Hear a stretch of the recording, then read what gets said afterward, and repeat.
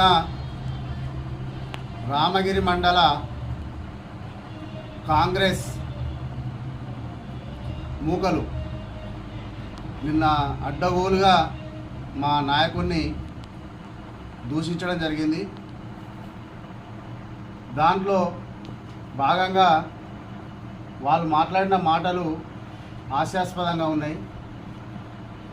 మా మదన్న ఇక్కడ ప్రజాస్వామ్య రక్షణ కోసం పనిచేస్తున్న, ప్రజాస్వామ్యాన్ని రక్షించడం కోసమే మొన్న ఆయన బర్త్డే రోజు ఉద్యమం స్టార్ట్ చేసి ఇక్కడ మంతనిలో ప్రజాస్వామ్యం డాక్టర్ బిఆర్ అంబేద్కర్ గారు రచించిన రాజ్యాంగం ప్రకారంగా నడుస్తలేదు, ఇక్కడ బుద్ధిల రాజ్యాంగం నడుస్తుందని చెప్పి మేము చెప్పడం జరిగింది.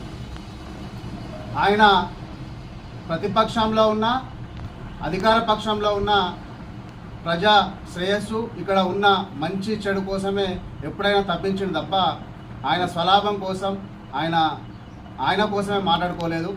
కానీ ఒక ప్రజాస్వామ్యవాదిగా, ప్రజాస్వామ్యం కూని కావద్దు, ఆయన ఒక అంబేద్కరిస్టుగా, ఆయన బహుజన నాయకునిగా ఆయనకు ఒక దళితునికి అవమానం జరుగుతుందని అంటే తట్టుకోలేక ఆయన ఎవరితో సంబంధం లేదు, ఆయనే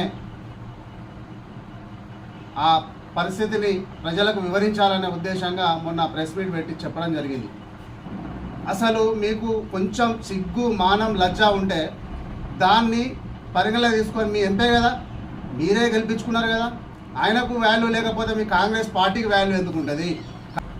నిన్న అడ్డమైన కూతలు కూస్తారు వెధవలు. ఆ కూతలు మాత్రం నేను చాలా ఖండిస్తున్నాను. మీరు ఏదో కాంగ్రెస్ పార్టీ తలుచుకుంటే, మా మంత్రి తలుచుకుంటే ఇప్పుడు ఆపుతుండట, ఆపకుంటే ఏమో చేస్తామని చెప్పి మాట్లాడుతున్నారు. ఏం చేస్తారు మీరు? దేనికైనా మేము సిద్ధంగా ఉన్నాం. మా మదన్న మాకు అట్లాంటి రౌడీజం కానీ అట్లాంటిది నేర్పించలేదు. అక్రమ కేసులు పెట్టారు, భరిస్తున్నారు. ఇంకా అక్రమంగా ఎన్నో దాడులు చేస్తున్నారు, భరిస్తున్నారు. కొంచెం అన్నా మాట్లాడడానికి సిగ్గు ఉండాలి, అనే వాళ్ళకు కూడా అర్హత ఉండాలి. ఇప్పుడు మీ నాయకునికి కూడా మేము గట్టిగా చెప్తున్నాం.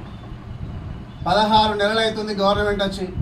16 నెలల నుంచి వెళ్ళి రాష్ట్ర వ్యాప్తంగా ఒక గ్యారంటీ పథకాలని చెప్పి మేనిఫెస్టో చైర్మన్గా ఉండి పథకాలు అనేది 6 గ్యారంటీలు పథకాలు అని చెప్పి 420 హామీలు ఇచ్చి ఈ అడ్డగోలు అబద్ధాలు ఆడి అడ్డగోలు పైసలు ఇచ్చి ఎలక్షన్లలో గెలిచొచ్చారు కదా.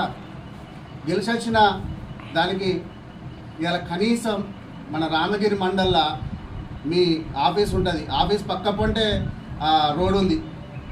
టీఆర్ఎస్ గవర్నమెంట్ అప్పుడు కేసీఆర్ గారు, మదన్న గారు మొదలుపెట్టిన రోడ్డు అది. ఆ మొదలుపెట్టిన రోడ్డు 16 నెలలు అవుతుంది. మినిస్టరు, సీఎం తర్వాత సీఎం అని అంటాడు. కనీసం ఆ రోడ్ వేయడానికి కూడా కనీసం అది లేదా? ఇచ్చిన హామీలు నిలబెట్టుకునే అది లేదా? ఇలా గాజులు వేస్తాం, ఇంటికి పోయి అది చేస్తాం, దర్బార్ పెడతాం అని ఇష్టం ఉన్నట్టు ఊకదంపుడు మాటలు మాట్లాడితే కుదరది. మేము ఇప్పుడు కూడా మేము సూటిగా చెప్తున్నాం. ఇవాళ మంతని నియోజకవర్గ ప్రజలను వంచి అబద్ధ ప్రచారం చేసి అబద్ధమైన మాటలాడి అడ్డగోలు పైసలు ఇచ్చి ఓట్లు పుంజుకున్న 2 అన్నదమ్ములకి ఒకటి చెప్తున్నాం. మా మదన్ అన్నారు కదా, వాళ్ళకే 2 అన్నదమ్ములకు గాజులు తడుగుతాం చేత కాకపోతే. ఇచ్చిన హామీలను మంతని నియోజకవర్గంలో